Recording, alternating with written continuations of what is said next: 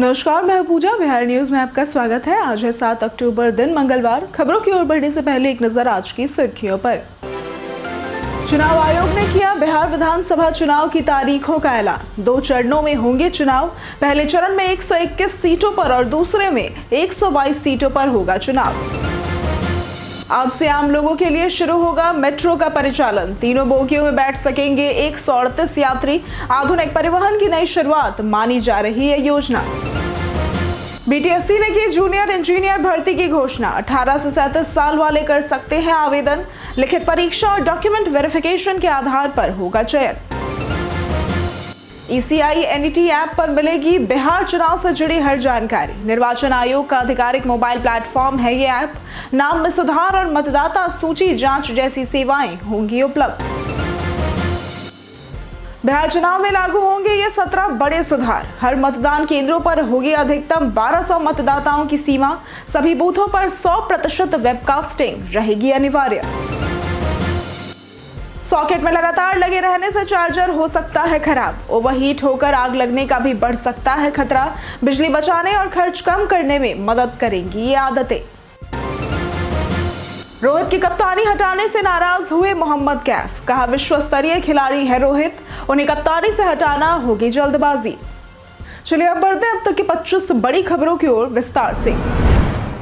BTSC ने की junior engineer भर्ती की घोषणा। बिहार टेक्निकल सर्विस कमीशन यानी कि बीटीएससी ने जूनियर इंजीनियर के पदों पर 2747 बम्पर भर्तियों का नोटिस जारी किया है, जिसमें सिविल के लिए 2591, इलेक्ट्रिकल के लिए 86 और मैकेनिकल के लिए 70 पद शामिल है। आवेदन के लिए संबंधित स्ट्रीम में 3 साल का डिप्लोमा या बीई या बीटेक अनिवार्य है। आयु सीमा 18 से 37 साल है। आरक्षित वर्ग को नियमानुसार छूट मिलेगी। सिलेक्शन लिखित परीक्षा और डॉक्यूमेंट वेरिफिकेशन के आधार पर होगा। सैलरी 44,900 से 1,42,400 रुपए प्रति माह है। परीक्षा 100 अंकों की होगी, जिसमें 20 अंक जनरल स्टडीज और 80 अंक डोमेन नॉलेज के हैं। आवेदन btsc.bihar.gov.in पर जाकर रजिस्ट्रेशन और फीस जमा कर किया जा सकता है। चुनाव आयोग ने किया बिहार विधानसभा चुनाव की तारीखों का ऐलान। चुनाव आयोग ने बिहार विधानसभा चुनाव की तारीखों का ऐलान कर दिया है। चुनाव 2 चरणों में होंगे। पहला चरण 6 नवंबर को 121 सीटों पर और दूसरा चरण 11 नवंबर को 122 सीटों पर होगा। पहले चरण की अधिसूचना 10 अक्टूबर को और नामांकन 17 अक्टूबर तक होंगे, जबकि नामांकन पत्रों की जांच 18 अक्टूबर और वापसी 20 अक्टूबर है। दूसरे चरण के लिए अधिसूचना 13 अक्टूबर, नामांकन 20 अक्टूबर तक, जांच 21 अक्टूबर और वापसी 23 अक्टूबर तय की गई है। चुनाव परिणाम 14 नवंबर को घोषित होंगे और इसके साथ ही जम्मू कश्मीर, झारखंड, मिजोरम, राजस्थान, पंजाब, तेलंगाना और उड़ीसा की 8 सीटों पर उपचुनाव भी 11 नवंबर को होंगे। आज से आम लोगों के लिए शुरू होगा मेट्रो का परिचालन। पटना में मुख्यमंत्री नीतीश कुमार ने बीते दिन मेट्रो रेल परियोजना का उद्घाटन किया। पहला चरण न्यू ISBT 0 माइल और भूतनाथ स्टेशन के बीच चलेगा। मंगलवार से यानी कि आज आम यात्री 15 से 30 रुपए किराए में यात्रा कर सकेंगे। उद्घाटन के लिए भूतनाथ स्टेशन को सजाया गया था। मेट्रो से पटना में यातायात सुगम होगा और जाम की समस्या कम होगी। हर बोगी में 360 डिग्री CCTV, इमरजेंसी बटन और माइक की सुविधा भी है। तीनों बोगियों में 138 यात्री बैठ सकते हैं और 945 खड़े होकर यात्रा कर सकेंगे। यह परियोजना बिहार में आधुनिक परिवहन की नई शुरुआत मानी जा रही है। बिहार में लागू हुई आदर्श आचार संहिता। बिहार में आदर्श आचार संहिता लागू हो चुकी है। इसके बाद कोई भी नेता धर्म, जाति या भाषा के आधार पर वोट नहीं मांग सकेगा और भड़काऊ भाषण, उपहार या पैसे देने पर भी रोक रहेगी। प्रशासनिक अधिकारियों की ट्रांसफर व पोस्टिंग सिर्फ आयोग की अनुमति से होगी और सरकार नई घोषणाएं, परियोजनाएं या बजट आवंटित नहीं कर सकेगी। चुनाव प्रचार, विज्ञापन और सरकारी साधनों का इस्तेमाल भी प्रतिबंधित रहेगा। सोशल मीडिया पर राजनीतिक संदेश और पार्टी प्रतीक हटाने होंगे और इसका उद्देश्य पद का दुरुपयोग करना और मतदाताओं को स्वतंत्र निर्णय देने में सक्षम बनाना है। यह तब तक लागू रहेगी जब तक चुनाव प्रक्रिया पूरी नहीं होती। TCS ION को मिला बिहार एस्टेट एग्जाम 2025 की जिम्मेदारी। बिहार एस्टेट 2025 की परीक्षा 14 अक्टूबर से शुरू होगी और इस साल परीक्षा के प्रबंधन की जिम्मेदारी TCS ION को दी गई है। बिहार एस्टेट की परीक्षा ऑनलाइन माध्यम से ली जाती है और ये एक पात्रता परीक्षा है और इस परीक्षा के मद्देनजर पेपर 1 एवं पेपर 2 के लगभग सभी विषयों के लिए लिख पढ़ ऐप लाया है मॉक पेपर्स, जो बिल्कुल CBT यानी कि कंप्यूटर बेस्ड टेस्ट के नए पैटर्न पर डिजाइन किया गया है। सारे मॉक पेपर्स हूबहू बिहार एस्टेट ऑनलाइन एग्जाम के तर्ज पर विषय विशेषज्ञ द्वारा तैयार किया गया है, जिसे आप लिख पढ़ ऐप के माध्यम से एक्सेस कर सकते हैं। यह ऐप एंड्रॉइड एवं iOS दोनों पर उपलब्ध है। बिहार के 21 जिलों में नए एग्जीक्यूटिव मजिस्ट्रेट की हुई तैनाती। बिहार विधानसभा चुनाव से पहले सरकार ने राज्य के 21 जिलों में नए एग्जीक्यूटिव मजिस्ट्रेट यानी कि कार्यपालक दंडाधिकारी की तैनाती की है। सामान्य प्रशासन विभाग ने इस संबंध में नोटिफिकेशन जारी किया है। अधिसूचना में बताया गया है कि ग्रामीण विकास विभाग बिहार के पत्रांक 4675096 दिनांक 5/10/2025 के आधार पर चयनित पदाधिकारियों को सामान्य प्रशासन विभाग बिहार पटना द्वारा उनके नाम के सामने अंकित अनुमंडल में कार्यपालक दंडाधिकारी के पद पर अगले आदेश तक पदस्थापित किया जाता है। इस कदम को चुनाव से पहले प्रशासनिक तैयारियों और जिला स्तर पर कानून व्यवस्था मजबूत करने के लिए उठाया गया माना जा रहा है। बिहारी बर्थडे स्पेशल में बात होगी बलिराम भगत की। बिहारी बर्थडे स्पेशल में आज हम बात करेंगे बलिराम भगत की, जिनका जन्म 7 अक्टूबर 1922 को हुआ और इनका निधन 2 जनवरी 2011 को हुआ। एक प्रमुख भारतीय राजनीतिज्ञ थे और भारतीय राष्ट्रीय कांग्रेस के सदस्य भी रहे हैं। उन्होंने 1952 से 1957 तक पटना सह शाहाबाद और 1957 से 1977 तक शाहाबाद, जो कि आरा में स्थित है, लोकसभा का प्रतिनिधित्व किया था। ये लोकसभा के 6ठे अध्यक्ष और भारत के 13वें विदेश मंत्री भी बने। भगत का जन्म पटना एक समृद्ध यादव परिवार में हुआ और उनका मूल परिवार समस्तीपुर जिले के दशहरा गांव का था। वे 1939 में स्वतंत्रता आंदोलन में शामिल हुए और भारत छोड़ो आंदोलन में भाग भी लिया। उन्होंने पटना कॉलेज से स्नातक और पटना विश्वविद्यालय से अर्थशास्त्र में स्नातकोत्तर की उपाधि प्राप्त की। ऑस्ट्रेलिया के खिलाफ वैभव सूर्यवंशी का धमाकेदार रिकॉर्ड। ऑस्ट्रेलिया के खिलाफ वैभव सूर्यवंशी का रहा धमाकेदार रिकॉर्ड।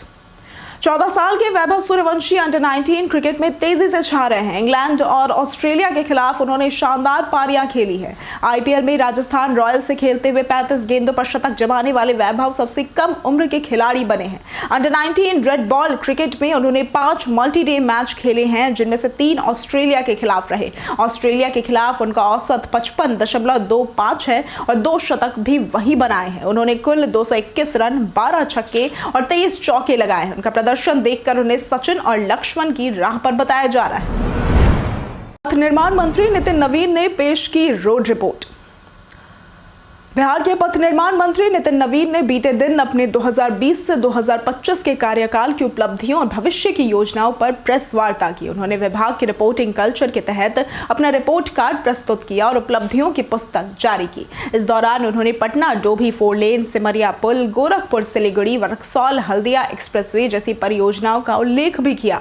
बिहार में सड़क और पुल निर्माण में ऐतिहासिक प्रगति हुई है और ब्रिज मेंटेनेंस नीति देश भर में मॉडल बन चुकी है। विभाग 2047 तक विकसित बिहार के रोड मैप और 2027 तक पटना पहुंच लक्ष्य पर काम कर रहा है। सॉकेट में लगातार लगे रहने से चार्जर हो सकता है खराब। कई लोग फोन चार्ज होने के बाद केवल डिवाइस निकाल देते हैं, लेकिन चार्जर को सॉकेट में ऑन छोड़ देते हैं, जिससे बिजली की बर्बादी तो होती ही है। ये फैंटम लोड या वैम्पायर पावर कहलाती है, जो बिजली का बिल तो बढ़ा सकती है और करंट लगने या ओवरहीट होकर आग लगने का खतरा भी बढ़ा सकती है। चार्जर को लंबे समय तक सुरक्षित रखने के लिए इसे सॉकेट से धीरे धीरे निकालें, गीले सतह पर ना छोड़े और अगर भीग जाए तो पूरी तरह से सुखाकर ही उपयोग करें। ये आदतें बिजली बचाने और खर्च कम करने में मदद करती है। ECI NET ऐप पर मिलेगी बिहार चुनाव से जुड़ी हर जानकारी। बिहार में विधानसभा चुनाव के लिए मतदान 2 चरणों में होगा। पहला चरण 6 नवंबर और दूसरा 11 नवंबर को। मतगणना 14 नवंबर को होगी। चुनाव आयोग ने बिहार के मतदाताओं की सुविधा के लिए ECI NET ऐप की जानकारी दी है। यह ऐप भारत निर्वाचन आयोग का आधिकारिक मोबाइल प्लेटफॉर्म है, जिसमें नया वोटर रजिस्ट्रेशन, नाम में सुधार, मतदाता सूची जांच जैसी सेवाएं उपलब्ध है। मतदाता चुनाव से 10 दिन पहले तक अपना नाम वोटिंग लिस्ट में जोड़ सकते हैं। ऐप गूगल प्ले स्टोर और iOS दोनों से डाउनलोड किया जा सकता है, जिससे नागरिक आसानी से चुनाव से जुड़ी जानकारी पा सकेंगे।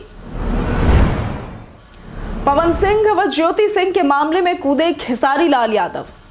भोजपुरी स्टार पवन सिंह और उनकी पत्नी ज्योति सिंह के विवाद में हाल ही में नया मोड़ आया है। जब ज्योति लखनऊ में पवन सिंह से मिलने गई तो उन्हें घर में प्रवेश नहीं मिला और पवन सिंह ने पुलिस बुलाकर उनके खिलाफ एफआईआर तक दर्ज करवा दी। इससे परेशान ज्योति ने सोशल मीडिया पर फिर से आत्महत्या की बातें की और इस मामले में भोजपुरी इंडस्ट्री के अन्य स्टार खेसारी लाल यादव ने ज्योति सिंह का समर्थन भी किया। खेसारी ने पवन सिंह को नसीहत देते हुए कहा कि भाभी का अपराध इतना बड़ा भी नहीं है, उन्हें माफ कर देना चाहिए और ज्योति सिंह के प्रति सहानुभूति जताई। बिहार अंडर 19 की टीम पुडुचेरी के लिए हुई रवाना। बिहार क्रिकेट एसोसिएशन यानी कि बीसीए की अंडर 19 टीम बीते दिन विनू माकर ट्रॉफी 2025-26 में भाग लेने के लिए पुडुचेरी रवाना हुई। टीम की कप्तानी एमडी आलम और उप कप्तानी दीपेश कुमार गुप्ता करेंगे। बिहार टीम 9 अक्टूबर को बंगाल, 11 अक्टूबर को हरियाणा, 13 अक्टूबर को केरल, 15 अक्टूबर को सौराष्ट्र और 17 अक्टूबर को मध्य प्रदेश के खिलाफ मैच खेलेगी। कुल 16 खिलाड़ियों में भागलपुर, पटना, वैशाली, गयाजी, अरवल, जमुई, नालंदा और भोजपुर के प्रतिभाशाली खिलाड़ी शामिल हैं। कोचिंग स्टाफ में केशव कुमार, राजेश कुमार दुबे, फिजियोथेरेपिस्ट और स्ट्रेंथ कोच मौजूद रहेंगे। बीसीए पदाधिकारी खिलाड़ियों को शुभकामनाएं देंगे। इन 17 बदलावों के साथ होंगे बिहार में विधानसभा चुनाव।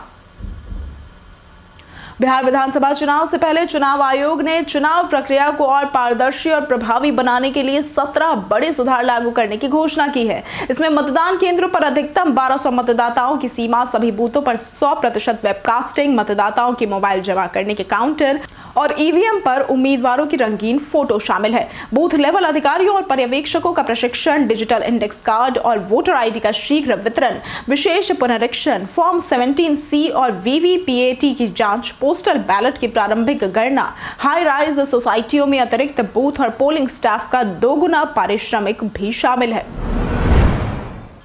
जाने आज कैसा रहेगा बिहार के मौसम का मिजाज। बिहार में अगले 2 से 3 दिनों तक मौसम बदला हुआ रहेगा। मौसम विभाग के अनुसार कई जिलों में हल्की से मध्यम बारिश और बिजली गिरने की संभावना है। खासकर पूर्वोत्तर बिहार व आसपास के क्षेत्रों में गरज चमक के साथ बारिश हो सकती है। इस दौरान लोगों को सतर्क रहने की सलाह दी गई है। किसानों को विशेष तौर पर सावधानी बरतने की जरूरत है। उन्हें सलाह दी गई है कि खड़ी फसलों वाले खेतों से अतिरिक्त पानी की निकासी सुनिश्चित करें ताकि नुकसान से बचा जा सके। कुल मिलाकर राज्य में बारिश और आंधी तूफान का असर दिखेगा। मोतिहारी में शराब पार्टी चलाने वाले 6 युवकों को पुलिस ने किया गिरफ्तार। मोतिहारी के छतौनी थाना क्षेत्र में सिमरन होटल में शराबबंदी कानून का उल्लंघन करते हुए शराब पार्टी चलाने वाले 6 युवकों को पुलिस ने गिरफ्तार कर लिया है। थाना अध्यक्ष सुनील कुमार को गुप्त सूचना मिलने के बाद एसपी स्वर्ण प्रभात के नेतृत्व में पुलिस टीम ने होटल में छापा मारा। तलाशी में शराब पीते हुए युवकों और कई शराब की बोतलें भी बरामद हुई। होटल रजिस्टर में उनकी कोई एंट्री नहीं थी। कार्रवाई में होटल मैनेजर संदीप राय और होटल मालिक के बेटे रोहित जायसवाल को भी गिरफ्तार किया गया। सभी आरोपियों को न्यायिक हिरासत में भेजा गया है। IANS मैटराइज सर्वे के अनुसार एनडीए की जीत संभावित। बिहार विधानसभा चुनाव 2025 की तारीखों का ऐलान हो गया है। पहले चरण में 121 सीटों पर 6 नवंबर और दूसरे चरण में 122 सीटों पर 11 नवंबर को मतदान होगा, जबकि नतीजे 14 नवंबर को घोषित होंगे। IANS मैटराइज सर्वे के अनुसार एनडीए की जीत संभावित है और जनता का नीतीश कुमार पे भरोसा बरकरार है। सर्वे में 42% लोगों ने सीएम नीतीश कुमार को पसंदीदा सीएम चेहरा बताया, जबकि तेजस्वी यादव 15% और प्रशांत किशोर 9% पर रहे। कानून व्यवस्था के मामले में 72% लोगों ने नीतीश सरकार को बेहतर बताया। जनता ने एनडीए के कामकाज पर 73% तक संतोष जताया है। तेजस्वी यादव ने चुनावी तारीखों पर दी प्रतिक्रिया।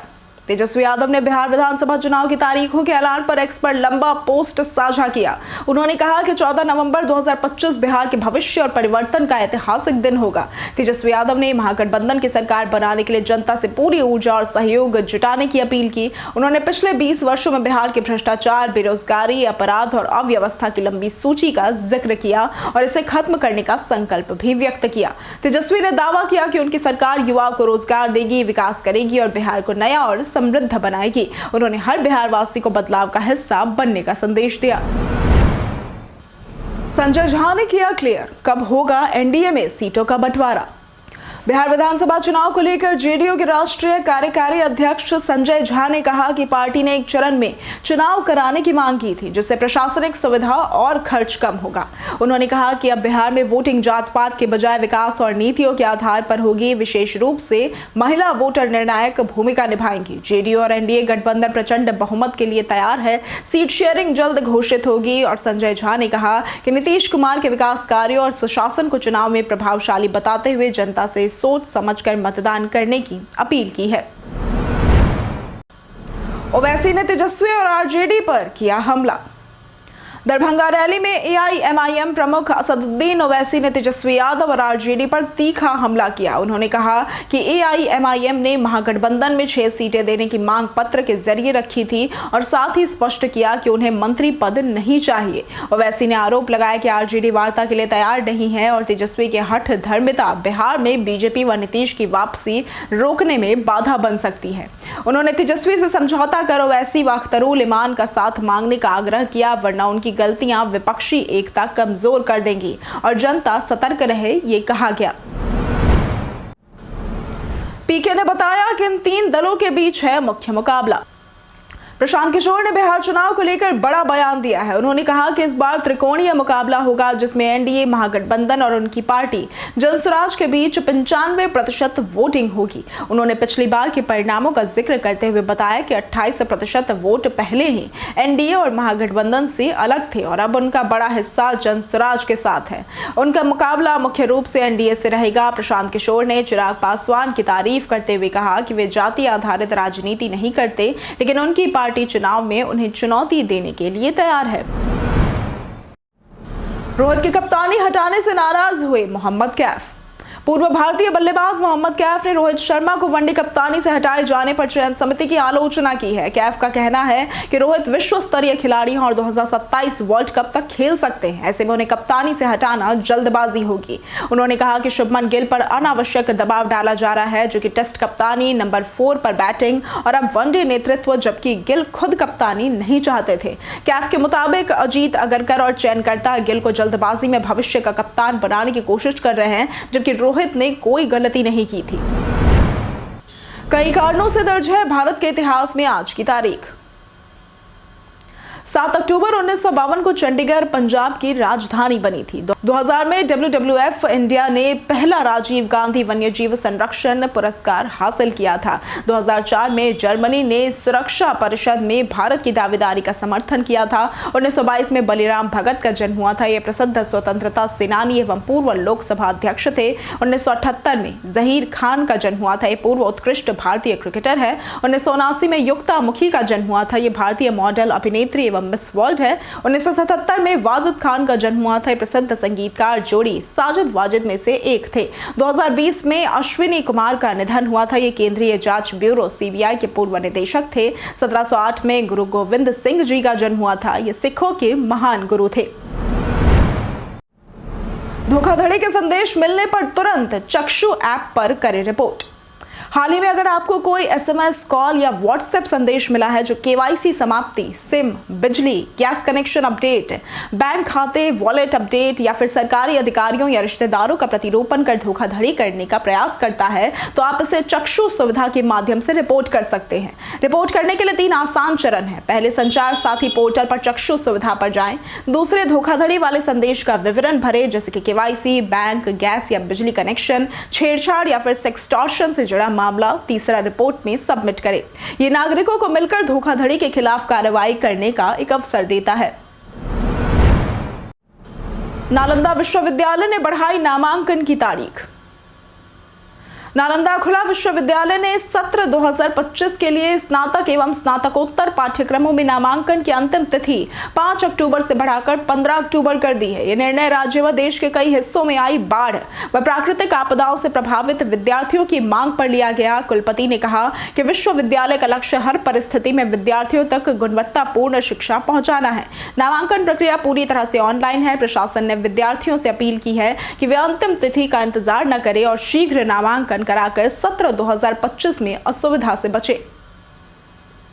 हम प्रतिदिन आपसे 5 ऐसे जरूरी सवाल उसके जवाब बताएंगे जो कि बीपीएससी, बिहार पुलिस, दारोगा समेत एसएससी जैसे अन्य प्रतियोगी परीक्षाओं में काम आएंगे। सवाल इतिहास, बिहार स्पेशल, विज्ञान, करंट अफेयर्स और भूगोल से रहेंगे। पूछे गए 5 सवालों में आपने कितना सही उत्तर दिया ये हमें कमेंट करके जरूर बताएं। हमारा पहला सवाल है, बुद्ध ने अपना पहला उपदेश इनमें से किस स्थान पर दिया था? ए लुम्बिनी, बी सारनाथ, सी पाटलिपुत्र या फिर डी वैशाली? इसका सही जवाब है बी सारनाथ। हमारा दूसरा सवाल है, बिहार का पहला रामसर स्थल कौन सा है? ए राजगीर पहाड़ियां, बी कंवर झील, सी खड़गपुर झील या फिर डी कैमूर रेंज? इसका सही जवाब है बी कंवर झील। हमारा तीसरा सवाल है, ग्राम सभा की कार्यकारी समिति कौन सी है? ए ग्राम पंचायत, बी जिला मजिस्ट्रेट, सी खंड विकास अधिकारी या फिर डी विधान सभा सदस्य? इसका सही जवाब है ए ग्राम पंचायत। हमारा चौथा सवाल है, सरैया और मांझी शुरा उत्पादन के लिए प्रसिद्ध है। सरैया और मांझी बिहार के किस जिले में स्थित है? ए गया, बी सारण, सी भागलपुर या फिर डी नालंदा? इसका सही जवाब है सी भागलपुर। हमारा पांचवा सवाल है, इनमें से किस देश को सामाजिक सुरक्षा में उत्कृष्ट उपलब्धि के लिए ISSA पुरस्कार प्रदान किया गया है? A Bharat, B America, C Brazil या फिर डी कनाडा? इसका सही जवाब है ए भारत।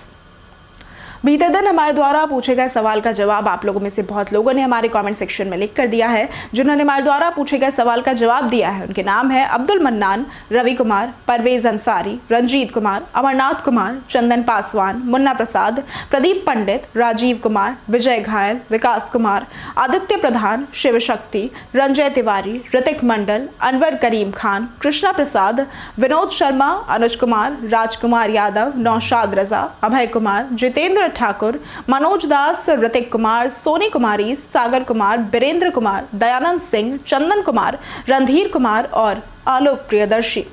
इसके साथ बढ़ते हैं आज के सवाल की ओर। आज का सवाल है, चुनाव आयोग द्वारा 2 चरणों में चुनाव करवाने के फैसले पर आपकी क्या राय है? आप अपना जवाब हमें हमारे कमेंट सेक्शन में लिखकर जरूर बताएं। आज के लिए सिर्फ इतना ही। बिहार की तमाम खबरों के साथ बने रहने के लिए देखते रहे बिहारी न्यूज़। और साथ ही अगर आप यूट्यूब चैनल पर देख रहे हैं तो चैनल को सब्सक्राइब करें और अगर आप फेसबुक पेज पर देख रहे हैं तो लाइक और फॉलो जरूर करें।